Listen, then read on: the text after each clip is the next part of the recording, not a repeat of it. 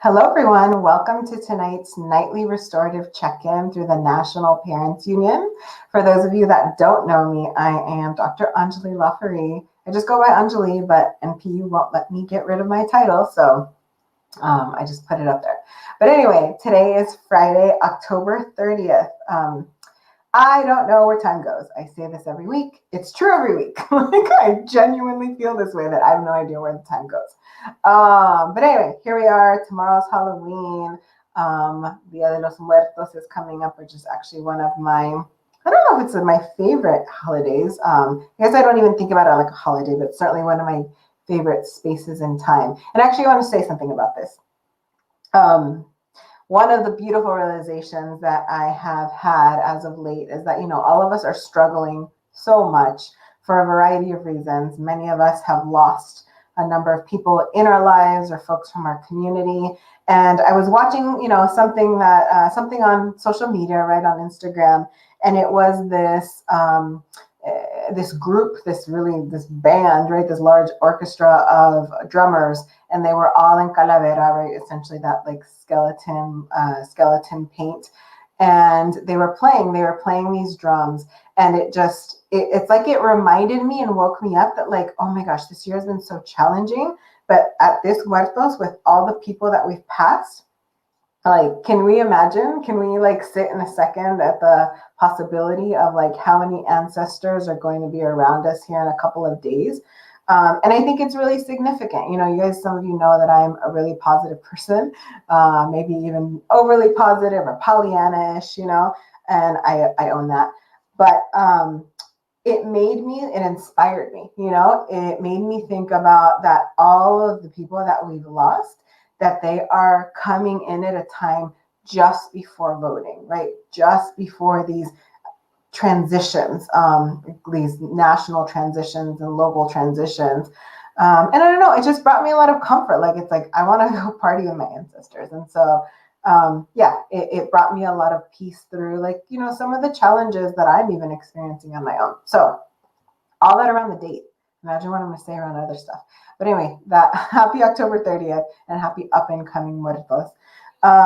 So typically I'm in Arizona, but this week, some of y'all know that I am in California, and I'm specifically in Ojai right now, Ojai, California. I'm with my family.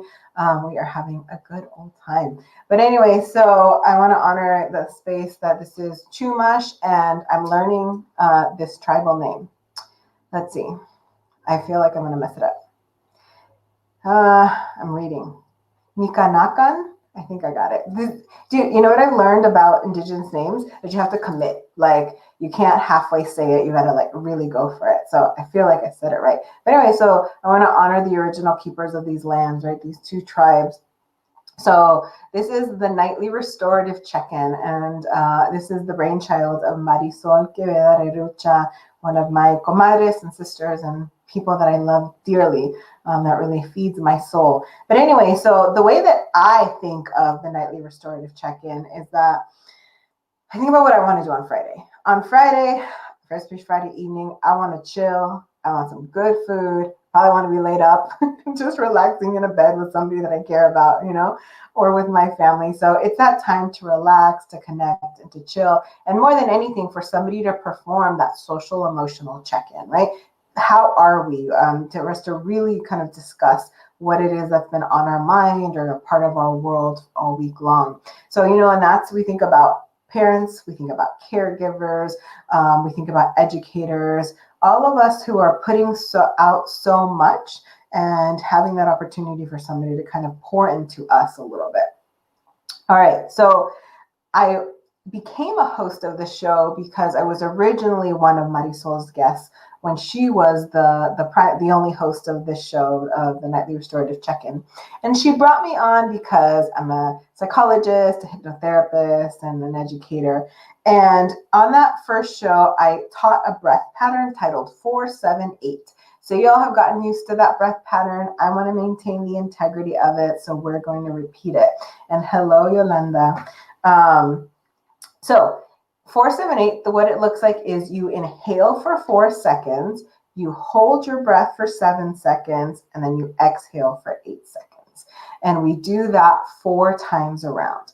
I will count it out. And I encourage you to close your eyes, kind of center yourself by, maybe if you can't close your eyes, looking down at your lap. Also, because I know I have new people kind of joining us, the origins and the reason why we use this breath pattern is to settle ourselves. I use it personally like to arrive, to just mentally get somewhere, especially when I'm busy and I'm moving from one task to the next. But this breath pattern is actually really good. If you wake up in the middle of the night and you need to go back to sleep, that's actually how Marisol uses it. And I've used it like that before. I probably forget about it, and I'm actually a really good sleeper. I probably forget about it on the few times that I can't sleep very well. So anyway, the outset, it can feel strange because you're not used to breathing like this. But once you get used to it, I always say like the second time around, it's definitely much easier. And Judith is saying actually that this breath pattern helps her asthma and anxiety. Okay. So let me settle down. I have all this energy for y'all to start and open, and then I got to settle down and do the breath pattern. All right, here we go. So right now I want you to just take your natural breath, right? Breathing in through your nose, exhaling out through your mouth. And on your next inhale for 4, 3, 2, 1. Hold. 2, 3, 4, 5, 6, 7. Release. 2, 3, 4, 5, 6, 7, 8. Inhale. 4, 3, 2, 1. Hold. 2, 3, 4, 5, 6, 7. Release.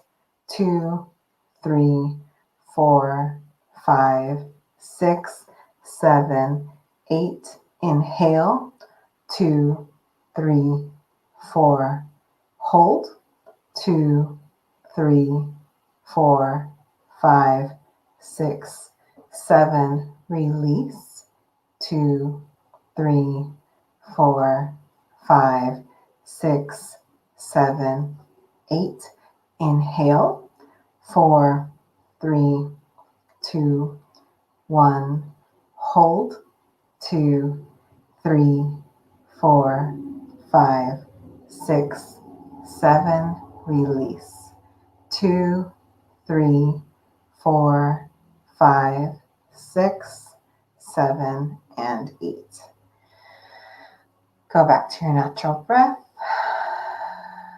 Cool. It's pretty good.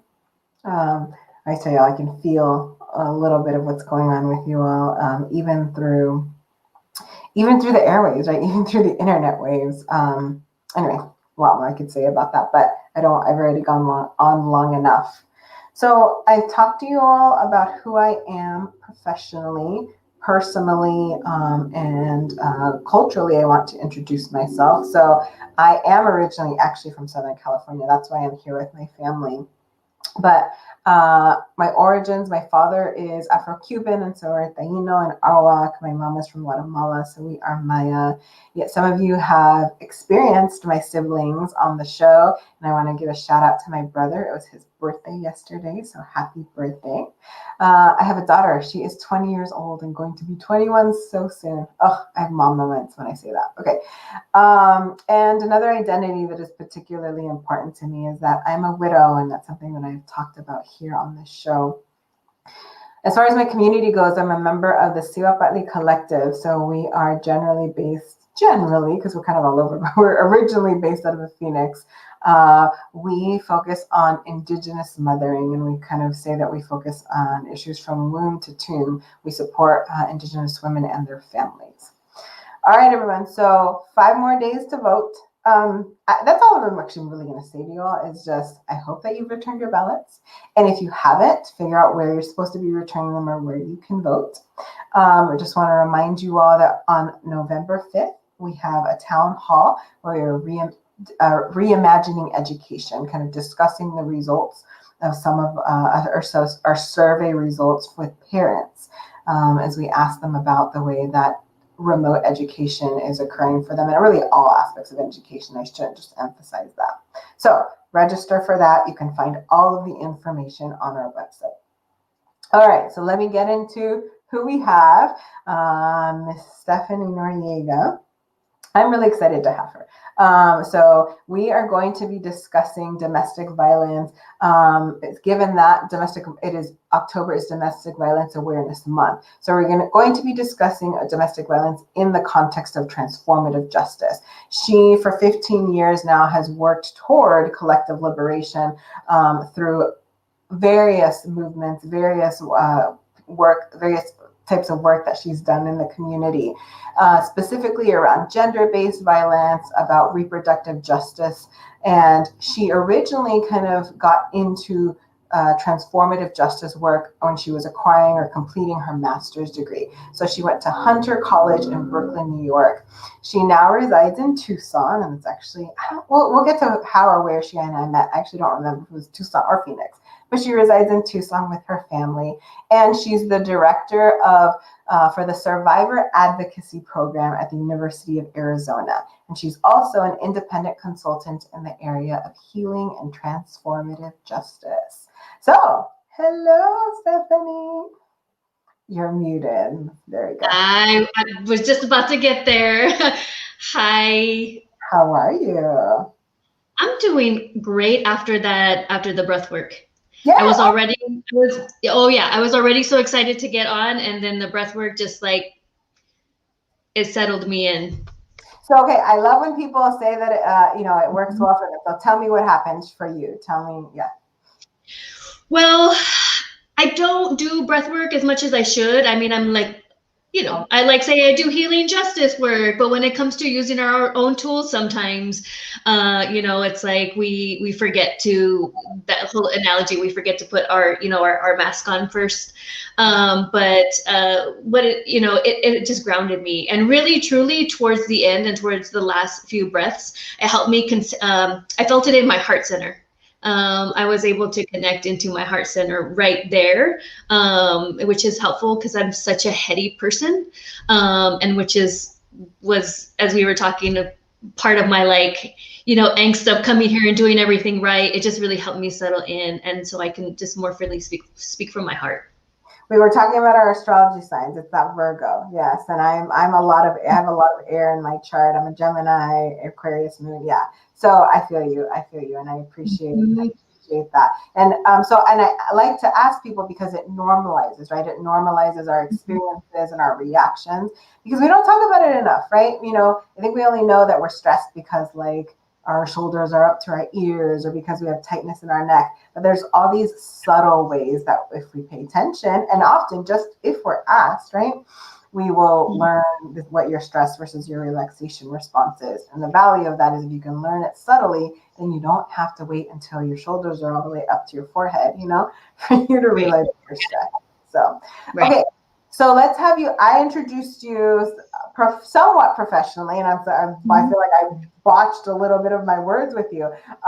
So I want to give you the opportunity to introduce yourself more fully. So who else are you? What other parts of you would you like the audience to know about? Yeah.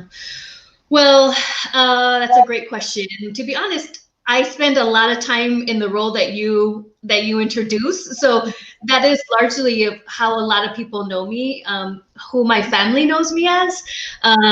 So I'm a mom. I'm a mom of four sons. I'm a wife. And yeah, so, and that, that takes up a lot of who I am and the energy and the role that I play. I'm also a daughter. I'm from Tucson, and so as you introduced me, I'm homegrown Tucson. I left for my college pursuits. I ended up in Brooklyn, and then honestly, it was so cold, and I'm desert. I'm a product of the desert. I'm Chicanx, indigenous families from, my mom is from Juarez, and then my father's side, we are several generations Tucsonans, but before that come from Coahuila. And so, yeah, this is my region. So I came back, and have been here since 2008. And so, yeah, glad to be home, and really just kind of came back to my roots here. And Tucson also appreciate the land acknowledgement. You know, I reside here in the ancestral lands of the Yaqui and Atam people.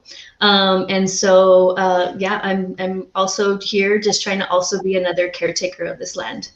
Beautiful. Thank you. Thank you for even getting that in, because since I started talking about California, I didn't get to acknowledge, the place, the heart that like really has absorbed me and captivated my heart, which is, that Autumn land. Okay, well, so you told us a little bit about who else you are. I want to check in, and that's probably one of my favorite parts of starting the show is like, how are you? How are you? How is your life? How are things going before we get into our topic? Yeah, you see me do my breath work as I lean into how am I? Yeah. I mean, in this moment, I'm good. I'm good. I'm present. Thank you so much for getting me there. And but it's busy. It's a lot. It's a lot. I mean, October is a busy month. Not only, as you're mentioning, in my field, it's Domestic Violence Awareness Month, but it's my birthing season too. My two babies were born in October, and so it's like it's a combo of everything for me. Both celebrations, work and work obligations. And then with Muertos around the corner too, Halloween, we love Halloween as a holiday, and Muertos as well. And that's something that we also observe. It's actually my wedding anniversary is on November 2nd too. So a whole lot happens for me in 1 month. So I'm exhausted. I mean, this week was busy. I mean, all great things. And I'm exhausted. I'm one of those parents who are working full time from home, have children schooling home through remote learning. So it's like doing things that I didn't know I would ever have to do or that I could do. It's a trip. It is. It has been, amazing for me to be with my family and watching, because normally, as I live alone, right? So, and yes, I have a daughter, but even she's older, right? So, and to see all of the things that have to happen for my sister, a principal, to be at school, for her son to be learning virtually, and then kind of how her husband really, basically, he holds it down, like, and helps with all of those transitions. Yeah, it's so much. I can't imagine what parents of young children are going through right now. Yep. No, it's again, I never thought I could be kindergarten. My youngest is in kindergarten, so kindergarten teacher's aide, and then director at a university, and it's just wild. But it is what it is, and I'm huge. It is what it is. At the end of the day, it's where we're at, and I mean, I've always found solace, and it's stressful, and I'm not the only one. And here's where we really get to also lean into. These are the realities of many working parents, like, or myself as a working mom, always just here's actually workplace. This is really the balance that's always being asked. We just no longer do it like, we just no longer have to leave it home and take it somewhere else. And so it definitely is taking a different shape, but at the same time, I mean, as a mom, we're never not moms. So it's almost a little bit more visible. I still keep holding on to the statement that Dr. Kweponka Xochitl Sandoval made on the show. Do you know Kweponka? Or no? Okay. Anyway, I'm just wondering if you had friends or had people in common. But anyway, so she talked about that, like, we are living at work now, and so as awesome and wonderful as it is to be able to work from home, some of us are finding that we can't turn it off, and there's no, I don't want to say that there's no end in sight. The ending is uncertain, right? And even then, I don't know what parts of this are going to remain. There's so much transformation going on in our society, in our world right now. So I'm actually interested in, we can get there in a second, but I'm interested in kind of what you feel is going to remain, what aspects you see would be beneficial to remain. Yeah. related to like this new way that we're doing things? Actually, I'm gonna let you answer that right now. Yeah. I don't know. I don't know because there's so many things on both sides of the coin. You know, there's yeah, I mean, who knows? And you know, I think also to go along with this, with the check-in, you know, a part of the busyness I talk about and everything, you know, it's also I've been sitting with and sort of thinking about, you know, 2020 was the year of the, I mean, anything goes, right?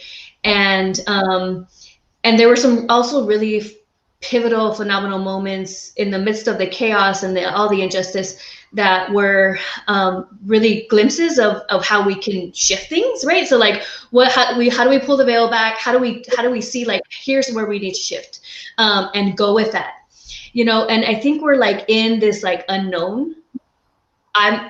I'm in an unknown. Like, I don't know what. I don't know if we missed that window. I don't know if change is just slow.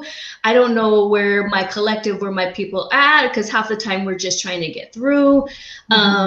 So I've been reflecting on that. It's interesting that, you know, it came up in your question because, yeah, I'm sort of sitting in this unknown. I don't do well. I'm an impatient person. And so I want to always read it as disappointment or disillusionment, right? That we're not using these opportunities to shift. We're just like using same frameworks, you know, work at home, you know, we're going to do school the same way, but just online when it's like not the same. And so, I'm kind of going in a few different directions right now, but you know, I think I think we're just in that process, and it's not clear. I don't think it's clear, so I have to just kind of sit with that. That like, I don't know. Well, and I think it's good.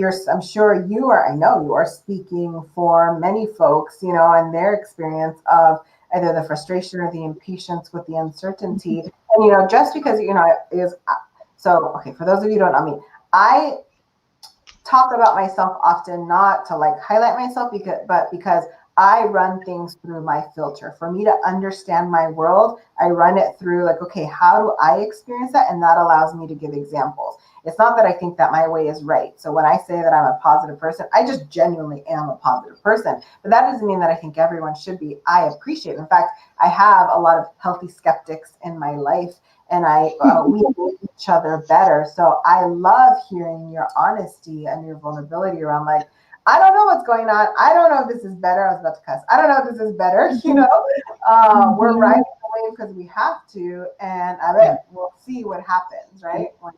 Yeah. No, I appreciate it.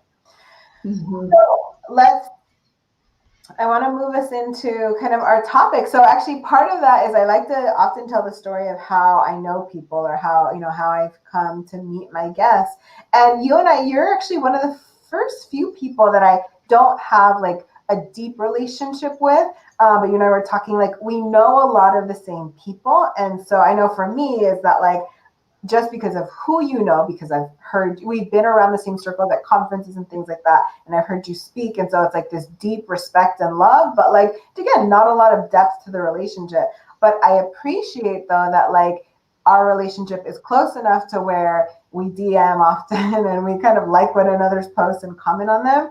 And you actually reached out to me and you're like, hey, I want to be on your show and I want to talk about XYZ. And because we had talked about the show before, and you told me, I want to talk about, you know, there's something that's bugging me. I appreciated your words. There's something that's bugging me about the way that we talk about domestic violence and the way that transformative justice is missing.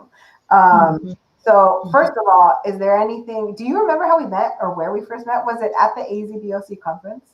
It might have been there. I think it was before that. I think it was at one of Siwa Patli's wellness. Yeah, and it might have been when we talked about loss. Actually, that might have been that conference. Nice. I was just trying to orient, because that's the thing of like, it's when you know, so I have so many people in common. I just feel like I've known you for a long time, and longer than it has. You know, like I just know Stephanie. I don't know how I know. You know. Yeah, so, exactly. No, yeah. And I deeply appreciate that. I love that. I mean, we have different connections with different people. And what I have really, the funny thing that I say to people, again, you know, I don't know what's going to come out of this, but what I can say and what I have appreciated is that sort of that opportunity to pause, be home, and sort of just kind of unplug from being in all these, different shared spaces and around people all the time. And don't get me wrong, I'm an extrovert, and I do enjoy being around people, but it was almost like this reset time. And granted, there's plenty going on home, so it's not like it's no retreat, but I think energetically in a way there was.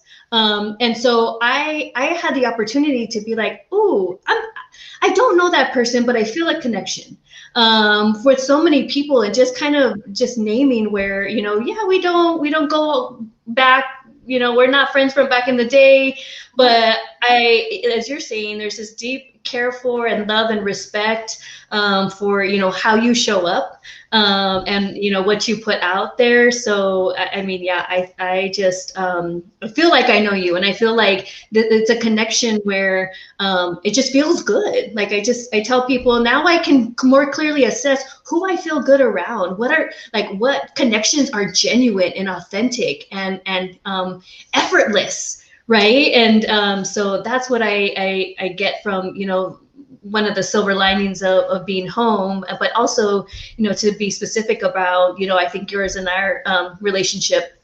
Yes. I that resonates so much with me, because I certainly feel that I've made some new friends, right, during this pandemic. And that's just an interesting process. But okay, you told me something's bugging you and you wanted to talk about it. And so tell me what, the floor is so yours. I'm not even going to interrupt you, unless I don't understand something.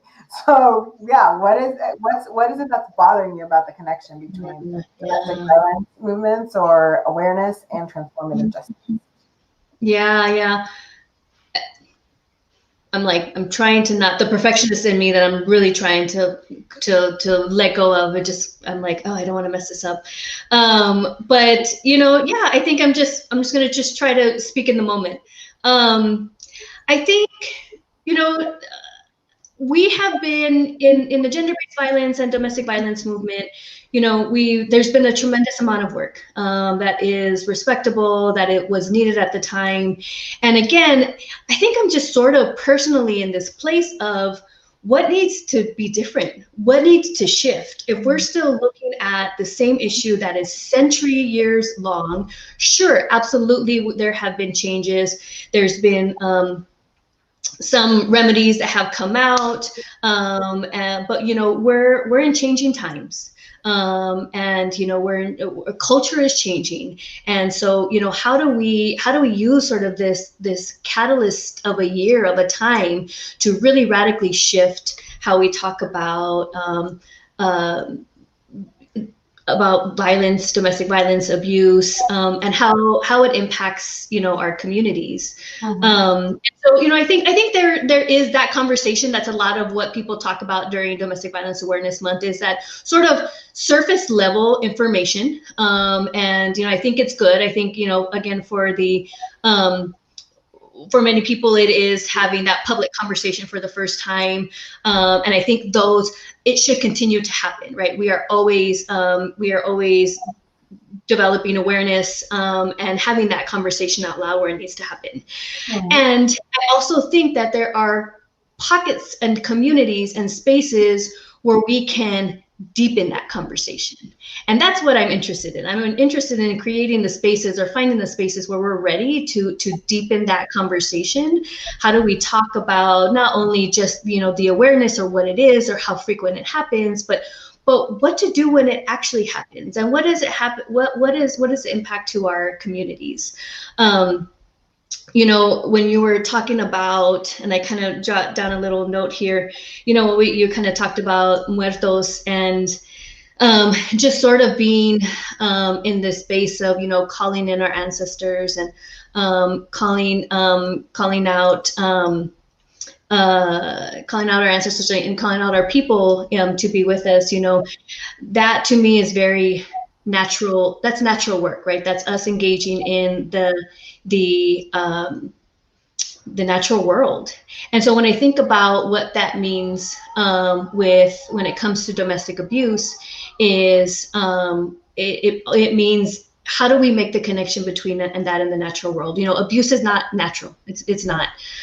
Violence is not something that naturally occurs, right? It's a result of trauma. It's a result of generational trauma. Systemic violence. We know all those things to be true. So then what, right? So then what would be the natural response? And the natural response is sort of what I have found, right? And this has been my journey being in the movement too. But it's been the natural response being transformative justice, right? So it's a natural to respond with with further punishment, carceral systems, and so how do we figure out how to bring our communities in, hold our communities, start to develop ways of seeing each other, of holding each other through times of trauma, conflict, abuse, right, on both ends. And so, I mean, to talk about transformative justice, I'd probably and do it really great.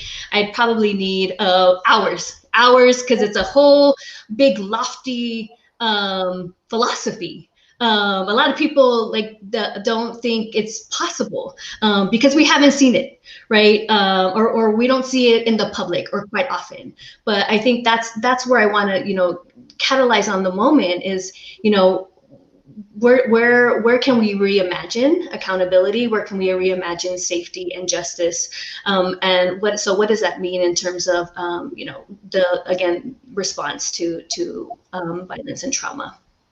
Well, you're in the right space for that because MPU is all about reimagining spaces, and especially around reimagining education. That was why I plugged the town hall, because that's what that's about. So I want you to know that it's not a concept that I had heard before, right? And then I actually I actually started doing some research, right, on the topic so that I could, be better informed. And so I was listening to information that was differentiating, right, transformative justice from restorative justice, which is actually a concept that I'm getting more familiar with. And then, of course, punitive justice. So I actually think, can we just kind of define those differences for the audience? And when we do that, I want to say hi to all these people who are writing comments. So Marisol, hello. Demetrius, hello. Maritza is in here, and I'm going to kind of shout out her comments or show her comments. Yeah. So actually, Helena, she was saying that we can't forget that many can't get out for economic reasons out of domestic abusive situations, or due to the stigma of a person, of being a person that left a relationship and didn't tough it out. So that cultural or societal pressure to stay in your marriage at all costs. Judith is also reminding us that also undocumented individuals, people who for economic reasons, right, are tied to a situation, or for political reasons, right, are tied to a situation that they can't get out. Last thing, and that the isolation is tremendous, right, when the abuser keeps a person from their family and close friends. There was also someone else in here, Gabby Mitchell, you said hi to us. Hello. So, all right. So let's define for people. Let's define transformative versus restorative justice versus punitive justice. Yeah. So punitive justice is often what we see and what we experience now. So that's basically how the criminal legal system is set up, from calling law enforcement all the way down through court cases. That's the framework right there is a criminal legal system. That's what we would equate to punitive justice. And were you going to say something? I think of an eye for an eye. Yeah. The basis of Right. Yeah. So, it's an eye for an eye. Oftentimes, we do have this idea that this is the only way to hold folks accountable for a harm that they have caused, for some violence that they have caused, and therefore they, will put them, jail them or whatever the consequences are. So essentially, I loved how you just summed it up. It is an eye for an eye, right? And sort of transformative justice and restorative justice. So transformative justice is sort of like this umbrella. It's more of a philosophy. It's more of made up of a couple different practices. But the idea of transformative justice is sort of an alternative to being punitive, to punishment based. It's more just it's about how do we hold our whole community, because the whole community has been impacted. So it just kind of in looking at some of the comments I'm looking at right now is absolutely right. So there's a ton of stigma. So imagine a community where that stigma didn't exist. Imagine a community that was like, okay, this happened. How do we hold, first and foremost, the survivor at the center? So this is not suggesting anything else other than centering survivors. So how do we hold survivors at the center? How do we support them all the way through? How do we ask the survivor, what do you need? What do you want? What is safety, justice, accountability, healing? It's all of that. And it's also saying we also perhaps have another person who's, let's say the person who caused harm. We also have this person, and we want to hold them through an accountability process. We want to hold them through their learning that they have done something that is not okay, that has caused this trauma onto this other person. But we don't want to throw them away. We want to see them through, because we want to keep, not necessarily, I'm not at all suggesting that we keep families or people together, or relationships together, but we want to ensure that people certainly work towards repairing the harm, acknowledge it, but also not have to go through that person not having to go through trauma too, right? Because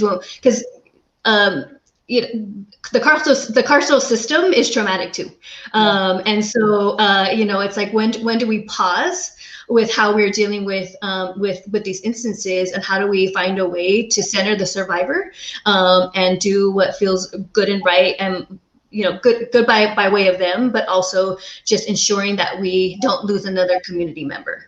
I'll also say that this approach, though it's not new, actually restorative justice, that, like I said, lives a little bit underneath that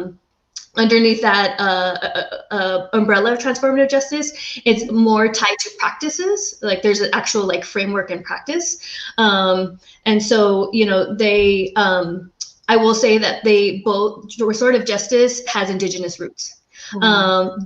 These ways and these practices have existed before our carceral system, before the punishment system has actually been around. They have older roots, and roots in our communities. This is a way that people historically have dealt with, again, trauma, harm, conflict, is through stopping the harm, naming it, repairing it, and supporting whole communities. And so I just wanted to, first of all, pause and name that they have old roots. They're actually our roots, in our communities. And so it's almost, again, going back to that natural way, that natural cycle of repairing harm and healing. And so, but what I was going to say is that our communities have moved so far away from that, that we aren't always there. And I know sometimes talking about this is hard, because people are like, what, you suggest I don't, do something you're suggesting I don't call the police, or you're suggesting I don't seek justice? That is not at all what I'm saying. What I'm saying is that we can pause to reimagine how to center survivors truly, and what are other ways of restoring and of healing. And we have a long way to go. Like, don't get me wrong. I'm not suggesting we flip the script day to night. I never suggest that a survivor does anything that would compromise their safety. Never. Because the reality is that we don't have enough people in our community to facilitate and to hold something like this. And so I think transformative justice is the slow process of going back to our old ways. The slow process of rebuilding our communities so that we can learn how to deal with conflict better, so we can learn how to take care of ourselves better, right? Transformative justice, it doesn't catch on because I often use this analogy of the probiotic versus the antibiotic. And that's not my analogy. I get it from Shira Hassan and Miriam Kaba. They're transformative justice practitioners in other states. But it's transformative justice is this probiotic piece. How do we, little by little, in our small pockets, our small corners, learn how to embody, better embody tools that help us be in touch with, conflict and our feelings and communication. I mean, those are all remedies to deal with conflict and traumas, right? It's a lot of somatic. It's a lot of healing work, and so we're doing this in pockets. And again, I just felt compelled to just start having this conversation, figuring out how to have this conversation. I'm going to be 100% honest. I started seeing the comments on the side and I was like, oh, I don't want to get lit up by survivors. Like, I'm on your side. Trust me. I have been with her for a long time. I'm just at this. They're friends. They're good friends. So, yeah, I'll protect you and them. No worries. No one needs. I mean, this is it though. I mean, I think I wanted to have this conversation because I'm like, oh, I don't know how to have this conversation outside of my corner. So this was a leap for me because again, we're just trying to figure this out, but we need to get out of our comfort zone and start talking about it because the way we are going about things does not work either. And I say this because I walk survivors through, many of the punitive and punishment-based systems we have, and it does not center survivors. I'm sorry, I'm gonna be honest. I have, we've seen systemic harm come from that. And although it may work for some folks and has in the past, the vast majority, especially when we're talking about BIPOC communities, has not brought true justice and healing. So many thoughts. So one is I actually am hearing myself. I wonder, Stephanie, it might just be that the volume's up too high. So I want to give back the way that I heard what you said to see if I've got it. So I think of punitive justice as being kind of like that the problem is inherent in the individual, right? And so we got to fix the person, and we fix them by exiling them and removing them, pretty much, right? Or something that's punitive to them. Versus restorative justice being like, we're going to kind of heal the individual and try to restore them, bring them back to the person that they were right before the harm happened. And then the way that I'm hearing, and again, centered in that person, instead of like fixing, this concept of healing, I think is what really pulls on indigeneity. Versus transformative justice being like, if we had to identify what needs to be healed, that it's actually potentially a problem in the community, right? Even before the two people involved, even before the family, right? And what would it be like if we addressed it that way? The example, kind of if we were going to make up an example of being of like, let's say something around domestic violence, right? And instead of it just being on the person causing harm has to be removed or separated or retaught, how to function in society.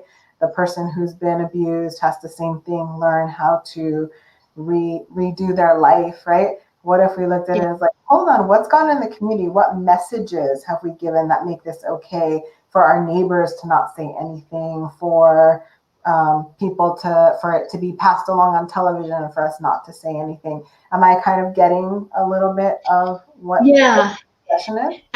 Yeah, absolutely. And I think especially if we take the paradigm of transformative justice and what was the word?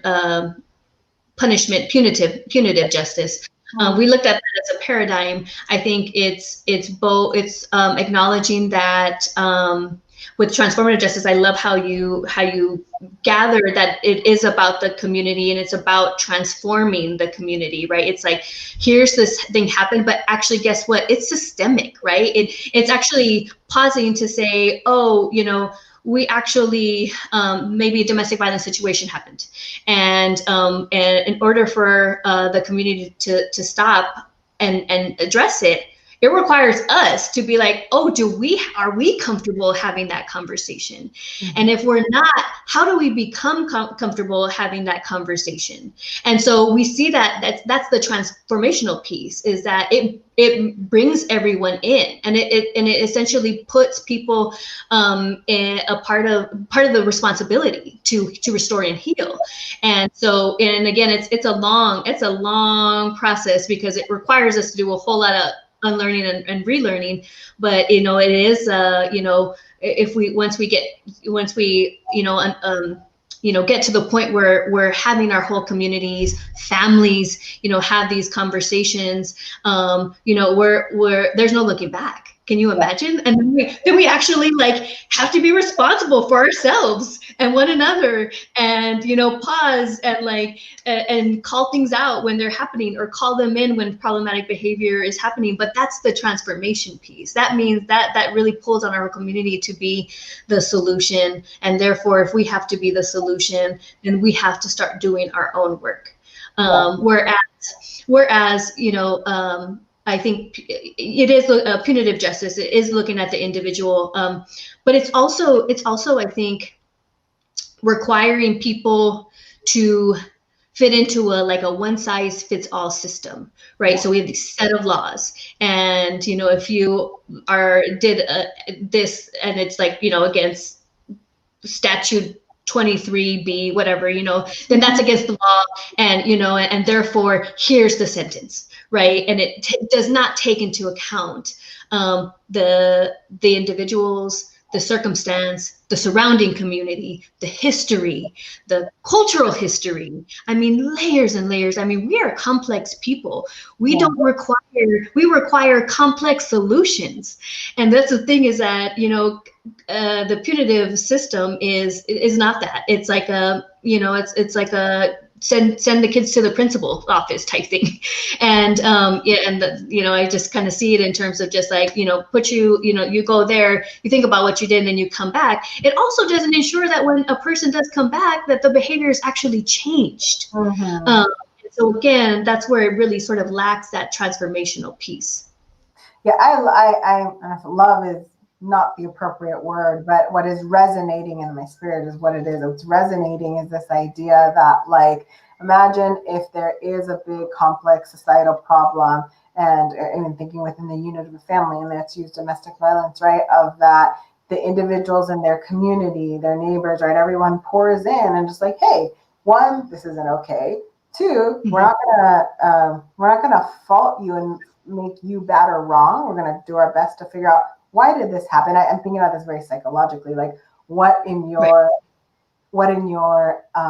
environment, what in your upbringing kind of has resulted in this, what's the psychological trauma and issues behind that, right? And then that turning back of and what did we do to even give you again the message that this could be okay, and not you heard it wrong. What did we do? What did we do that made it seem that this was a possibility, or that made it seem like you couldn't talk to us when you were feeling insecure or angry or sad or whatever, Yeah. And so I hear that it is, do you know of any places, or can you give any examples of situations where transformative justice is operating and it's going well, or mm-hmm. do you feel that it's still at a philosophical level, which is not a bad thing if it's only there? Yeah. I think most often, because the nature of this work, which requires us to operate outside of systems, which means, outside of your traditional nonprofits and everything, it does happen in small communities. And it happens in communities where perhaps it's unsafe for them perhaps to call the police. So for instance, somebody named, how incredibly difficult to be in an abusive relationship for someone who is undocumented or doesn't speak the language. So, I think about where the different parts in nationwide that in these small communities communities, these processes is already being facilitated. I mean, we have our very small circles here in Tucson, where some of us, have adopted this philosophy and started playing around with practices. And what we're doing is just building small communities where we can practice, where the stakes are probably a little bit lower, and start practicing to figure out, how is this going to work, and how are we ready? How are we adding to the movement? But there are larger organizations, I would say, in larger cities that have been practicing and doing this for a few decades already. I was trained on it by, as I mentioned already, Shira Hassan and Miriam Kaba are one of the folks there. They're based in Chicago, and they have Just Practice is the organization / collective that again does a lot of the training over in the Midwest area. So shout out to them. Miriam Kaba is also known just for being an abolitionist, which basically means that she promotes work and community-based solutions that are outside systems, and particularly the legal systems and law enforcement. And so she does her work in Chicago on how to bring justice to communities of color and Black women in particular, Black women and girls. And so I would say if people are interested, I just threw some names, but Chicago and the Midwest is a big place where this is happening. This work is also has been woven into the movement for Black lives and a lot of the racial justice work that's happening right now. And so, because I mean, that's the thing, I think this work is racial justice work. And so this is where we're also seeing, our movements that are kind of overlapping. And this is where, again, I love to see the gender-based violence movement start working or be much more collective and overlapped with some of the other major social justice movements that are happening right now. Well, for those of you who missed, right, some of the names and the suggestions for resources, when we're finished, Stephanie, we can just kind of throw them in the chat, and then even when it's over, people can access the information that way. But no, that helps. And I think of other communities of like kind of queer communities, right? LGBTQ communities where, we don't talk about it enough. I do teach gender-related courses, but, it's not, I remember when I was going through graduate school, and there was a facility that was one of a site where we could kind of get some fieldwork experience. And one was at a center where there were lots of trans folks.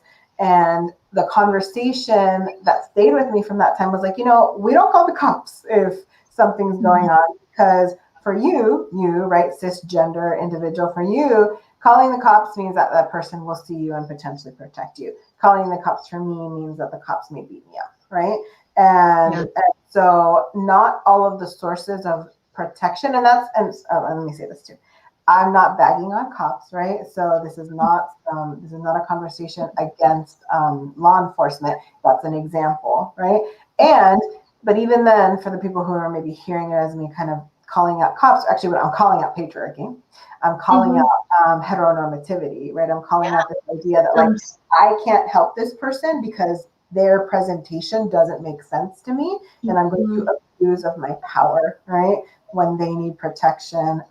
Essentially, just because the world hasn't taught me how to be comfortable with your presentation, So I think about those communities, like we all have to police ourselves. We all have to correct ourselves, right? And do that in whatever way makes sense to us or whatever other ways we can think of outside of this system. So I love this conversation. I think like it's something that people have to like wrap their minds around. So that's I'm trying to kind of make sure we keep giving some good examples.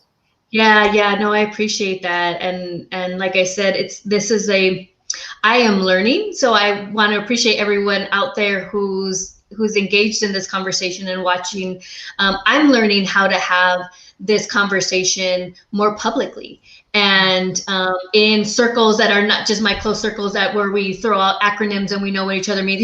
Like I think that's a part of the work where I'm at. And so that's why, again, I was having a courageous moment and I was like, kind of like, around this is what I have to do literally the last couple of days of Domestic Violence Awareness Month. But if I'm so frustrated, with what I'm not seeing and what conversations are not happening, then I need to have a courageous moment and, you know, lean out of my comfort zone and my small circles to figure out how do we bring people in and start building this knowledge, sharing this knowledge that, you know, we can all play our role in the transformation of victim blaming culture. I mean, that's what it is, right? It's a lot of culture change. So we want to transform rape culture. We want to transform victim blaming culture, right? We don't want to put it on the shoulders of people who are experiencing the harm as victims, as survivors, as however people, you know, identify or call themselves. We want to be able to, you know, break culture that puts that full responsibility on them to change, to do something about it, to you know, seek justice. We need to start, you know, little by little figuring out ways to do that, and also how to create communities that can also you know, hold situations and complex people, and you know, as you're talking about, you know, in your example, you know, how do we just change culture? I think I'm kind of just trying to land right now, but yeah, it's a lot of learning and figuring out how to talk to people about it. Well, it's, so somebody wrote a comment, and actually I wanted to keep them as anonymous, but then I realized that like people can see the comments. So like, I'm being sensitive to like the sensitivity around this topic. So Judith, I'm going to show you your comment. And thank you for your bravery, Judith. So as a survivor of abuse, I had to run to a police station with my kids. It was pretty traumatic being surrounded with men that I felt did not believe me. It was not the police image, but the patriarchal image. And so, yeah, that's an example of how the system, the way it's cooked, you know, the way it's set up, right, doesn't make the person who needs the help feel comfortable, where the focus is maybe we want to stop the transgression. Transgression means like when we break the rule, right? We want to address the rule breaking before the person, before the family, or before the community. Yeah.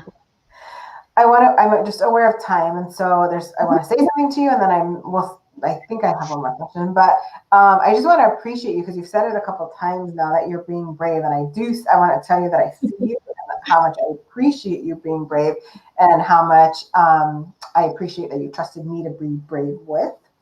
Because yeah, we do need this work, and so you're showing us what it is to be a model. You know, you're showing us what it is to know that you want to do something, do it with a shaky voice, and you know, do it anyway, right? And just try to make something be better. And as I think about it, like that's what we do as parents, right? That's what we do as parents. We don't know what the heck we're doing. I could cuss hard and I won't.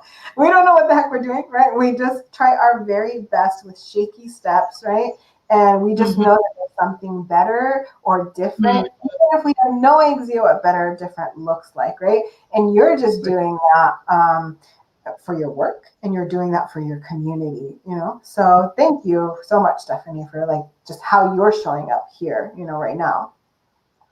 I have one last question. Why? Tell us why this is so important to you, and that'll kind of, you know, take us out.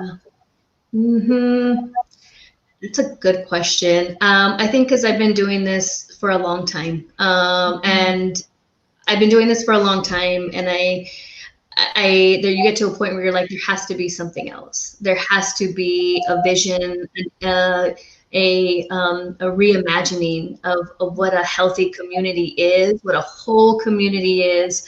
Yeah, I mean, I've seen folks through a lot of situations, and even you know, myself as a community member, as you know, just living, breathing human being, having navigating, you know, just the crazy world out there too. You know, it's like, I want this for myself. I want this for my community, my family. I want healing for all survivors, and just have seen that we haven't quite gotten there, and that's okay, because the work is not just for, you know, us as individuals. So I think this is where I've just come to is, you know, I just needed to figure out a way to be in community and movement with folks that have a vision for a radically different tomorrow. Yeah, you want something different. Well, it's been lovely to sit here with you and to get to know you in this way, in these ways. Just even as you were coming on, we were like discovering all these things. Like I was like, oh, I didn't know you were married, and now we talked about that. But as you, since I figured out that, I think I already knew we liked to sit with one another, because you're right. There is this nice, what I've learned in today's talk. You and I have a nice symbiosis. You know what I mean? Like there's this like little woven strand between us that we just get each other. And so I'm naming it because like I think that's what we feel, and it's lovely to talk about those things and acknowledge them, so yes. I'm glad that you feel good here, and as you figure out more of this, I'm going to invite you back, because we need to keep talking about this. One conversation is certainly not sufficient. And I want you to come back and talk about this when you feel like you have even more footing underneath you, because I want us to all see your evolution, and because we benefit from it, we will benefit from it. Thank you so much. That's so beautiful. I deeply appreciate that. You're welcome. You're welcome. I love our communities. I do. I love just this group, this weaving that occurs. Any last things before we say goodbye to everyone? No, I mean, just thank you everyone for joining us as well. I mean, even though there's only 2 of us on the screen, I'm well aware there are folks that are streaming in, and so I appreciate all of you.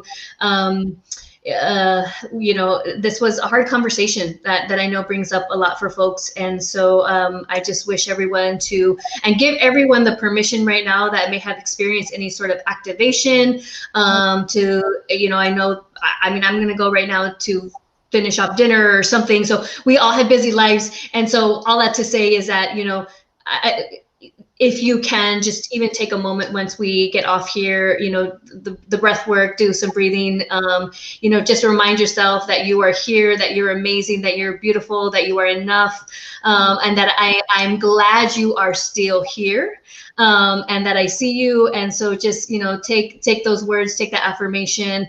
You are powerful. And I didn't just sit with that. I got goosebumps here, but just sit with that as we just, ground ourselves after a difficult situation, a difficult conversation that I know brings up a lot for many folks.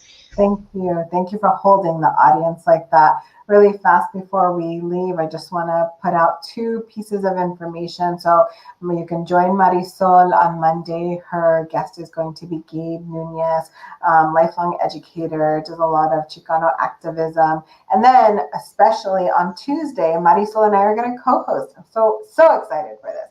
We're going to co-host a Tuesday show at 6 p.m. Pacific, 7 p.m. Mountain. So this weekend, we got to change time zones, right? So now Arizona is going to be an hour behind California.